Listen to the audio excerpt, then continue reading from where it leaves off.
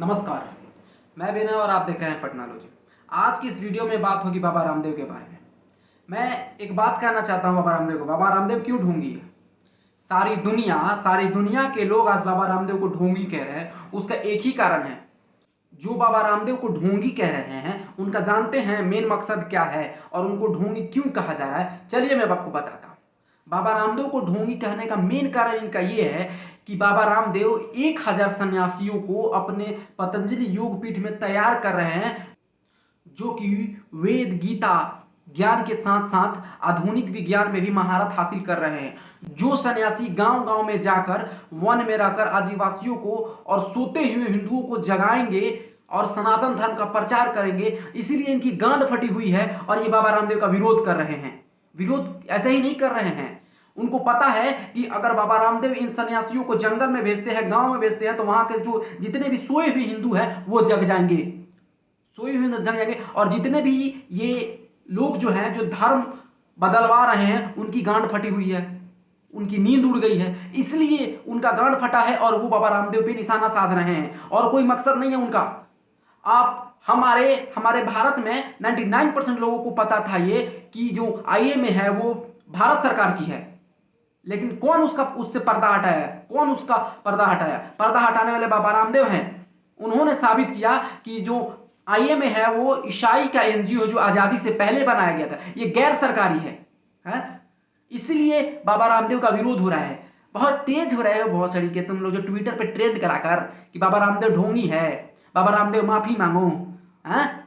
बहुत सारी को तुमको क्या पता है कि बाबा रामदेव क्या है? मैं तुमसे कुछ चंद सवाल करना चाहता हूं। उन सवालों का अगर तुमने जवाब दे दिया मुझे, अगर जवाब दे दिया तो मैं भी मान जाऊंगा कि बाबा रामदेव ढोंगी है। तो चलो शुरू करते हैं सवाल। क्या पतंजलि ने बंदूक की नोक पे आपको लूटा? क्या आचार्य बालाकृष्ण ने आपकी जेब काटी? क्या आचार्य बालाकृष्ण ने समोसा चटनी बभूत और तबीज के नाम पे आपको उल्लू बनाया? क्या 200 देशों में योग पहुंचाकर बाबा रामदेव व पतंजलि ने हाफिज सईद व दाऊद इब्राहिम जैसे वैश्विक गुना अपराध किए? क्या मदर टेरेसा, जिसको जीते जी चमत्कारी संत का नाम दिया गया, वो छूकर बीमारी ठीक कर देती थी, वो अपनी अंतिम दिनों में हॉस्पिटल में तड़प तड़प कर मरी? आपने सवाल उठाए कभी? क्या बाबा रामदेव और बालाकृष्ण ने कभी अपने आप को भगवान कहा या भगवान का अवतार बताया? क्या स्कूल खोलना, अनाथालय खोलना, लंगर चलाना, शहीदों को सम्मानित करना, किसानों के खेतों से जड़ी बूटी खरीद कर मिलावट रहित चीजें बनाकर पाप किया? क्या आचार्य बालाकृष्ण ने नीरव मोदी, विजय माल्या जैसे देश को लूटने की कोशिश की, अपराध किया? आप सालों तक अपनी जेब कटवाकर फेयर एंड लवली लगाते रहे, गोरे हुए आप। पतंजलि का पाप यह है कि जो कोलगेट कंपनी रामायण, वेद, महाभारत, तुलसी को नहीं मानती थी, हम हड्डियों का चूरन रगड़ते आ रहे थे, उस 80 साल कोलगेट कंपनी को इसी हवाई चप्पल में रहकर फटी बनियान पहनकर वेद शक्ति बनाने पे मजबूर कर दिया। यही गलती है, यही पाप है पतंजलि की। पर दिक्कत आपको इससे नहीं है, क्योंकि हिंदुस्तान यूनिलीवर, कोलगेट और नेस्ले ये तो आपकी मामा की कंपनी है ना। आपकी मामा की कंपनी है। ये व्यापार कहां कर रही है? ये जो कमाती है वो अंग्रेजों को ना देकर सीधे भारत के प्रधानमंत्री राहत कोष में जमा करती है। बहुत तेज हो रहे हो। क्या आपने सवाल उठाए हैं कि जब आज से 2000 साल पहले महर्षि सुश्रुत 100 प्रकार की सर्जरी कर सकते थे, तो आज हमारे भारत में आयुर्वेद पे अनुसंधान क्यों नहीं है? क्या आपने कभी सवाल उठाए हैं? क्या आपने सवाल उठाए हैं कभी कि भारत में सारा जो बजट है वो एलोपैथी पे क्यों खर्च कर दिया जाता है? आपने कभी उन कश्मीर के पत्थरबाजी करने वाले आतंकवादियों से सवाल उठाए हैं? क्या कभी आपने आंख के डॉक्टर को चश्मा लगाकर इलाज करते हुए देखा है तो आपने उस पर सवाल उठाए हैं? क्या कभी आपने सवाल उठाए हैं कि जो लाखों विदेशी कंपनियां भारत में बैठकर भारत को लूट रही है, आपने उस पर कभी सवाल उठाए हैं? अमेरिका में जॉनसन एंड जॉनसन कंपनी के पाउडर से कैंसर फैलने पे 32,000 करोड़ का जुर्माना लगाया गया।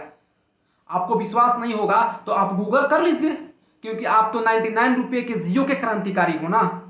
आपके अंदर अगर देशभक्ति है ना, तो आपने कभी क्यों नहीं उस पर पोस्ट किया कि इस कंपनी को भारत में बैन कर देना चाहिए? याद रखिए, आप पतंजलि का विरोध नहीं कर रहे हैं, आप विरोध कर रहे हैं भारत का, और इससे सबसे ज्यादा नुकसान होगा वो भारत को नुकसान होगा। क्योंकि फिर जब पतंजलि बंद हो जाएगी, पतंजलि पर से लोगों का विश्वास उठ जाएगा, तो फिर विदेशी कंपनियां आकर अपना धाक जमा लेगी और आपको लूटेगी।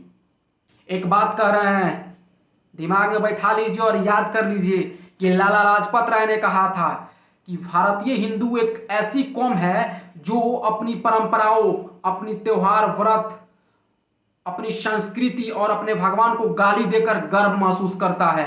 और आज ऐसा ही देखने को मिल रहा है, क्योंकि सारे हिंदू अभी सो रहे हैं। हिंदू को अभी टाइम है जगना, उनको जगना चाहिए, और ये जो विरोध हो रहा है बाबा रामदेव के खिलाफ, उसको रोकना चाहिए। क्योंकि ये हमारी संस्कृति है, आयुर्वेद हमारा धरोहर है, इसे हमको आसमान की ऊंचाइयों पर लेके जाना है।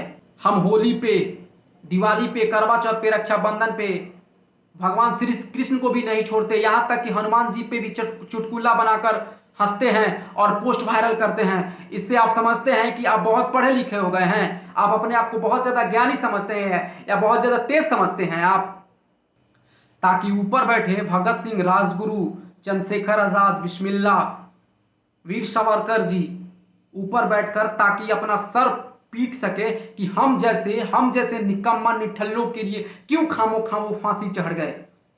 इसीलिए कह रहा हूं कि इस पे आप विचार करें, इस पर सोचें और तर्क देकर खुद को समझें कि हम इसका जो बहिष्कार कर रहे हैं पतंजलि का, हम किसका शिकार बन रहे हैं। इस बात को आप सभी लोग सोचें और सभी लोग मिलकर बाबा रामदेव को सपोर्ट करें। आप लोग भी जाकर ट्विटर पर ट्रेंड कराइए कि we support Baba Ramdev, we support Patanjali. अगर आपको ये वीडियो अच्छी लगी, अगर आप भी चाहते हैं कि सोए हुए हिंदुओं को जगाएं, तो इस वीडियो को अधिक से अधिक शेयर करिए और अधिक से अधिक लोगों के पास अपना संदेश पहुंचाइए कि हम सभी को मिलकर बाबा रामदेव का सपोर्ट करना है। फिर मिलेंगे हम नेक्स्ट वीडियो में। जय हिंद, वंदे मातरम।